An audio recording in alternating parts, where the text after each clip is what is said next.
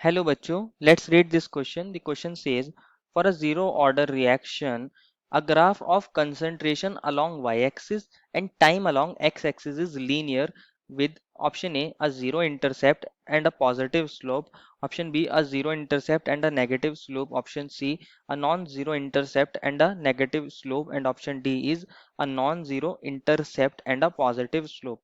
बच्चों, इस क्वेश्चन के अंदर हमें कहा गया है कि अगर हम जीरो ऑर्डर रिएक्शन के लिए कंसंट्रेशन और टाइम के बीच में ग्राफ बनाते हैं along Y and X axis respectively, तो वो लीनियर होता है।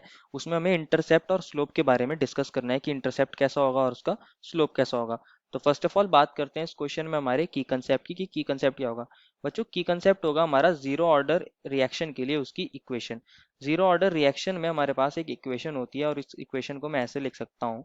वो इक्वेशन क्या होती है बच्चों हमारी, a t is equals to a not minus k t. मतलब ए टी क्या होता है यहाँ पे, concentration of a that is reactant after time interval T.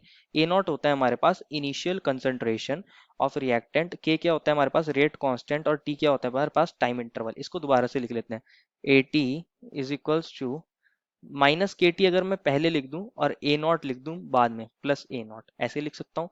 और इसको मैं ऐसे दिखा सकता हूँ, ये y is equals to M dot X plus C की फॉर्म में लिख सकता हूँ। ये हमारे पास इक्वेशन ऑफ स्ट्रेट लाइन बन गई है, y is equals to M X plus C, जहाँ हमारे पास ए टी क्या है, कंसंट्रेशन है और वो y एक्सिस पे है, और ये वाला जो टाइम है t ये x एक्सिस पर आ रहा है। और ये हमारा स्लोप क्या हो गया, इसमें m स्लोप को बताता है, वो हो गया माइनस के।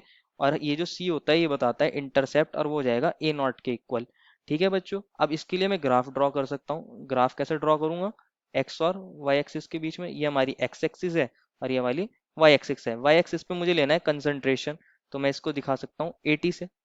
और हमारे पास एक्स एक्सिस पर कौन आएगा बच्चों, टाइम आएगा, जिसको मैं दिखा रहा हूँ टी से। अगर मैं एक ग्राफ ड्रॉ करता हूँ तो बच्चों ये स्ट्रेट लाइन आती है।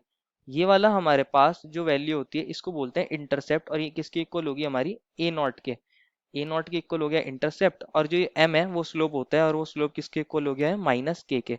तो अगर आप इसमें ध्यान दोगे तो जो हमारा ए नॉट है वो नॉन जीरो वैल्यू है, क्योंकि यहाँ जीरो होता है। ये वाली वैल्यू हमारी पॉजिटिव है, ये वाली वैल्यू हमारी पॉजिटिव है। हमारे पास नॉन जीरो वैल्यू हो गई है ए नॉट की, दैट इज इंटरसेप्ट की। और जो हमारे पास स्लोप है वो एम से डिनोट करते हैं, वो हो गया माइनस के इक्वल, वो हो गया negative. Therefore the final answer is option number C. I hope you understood it well and best of luck.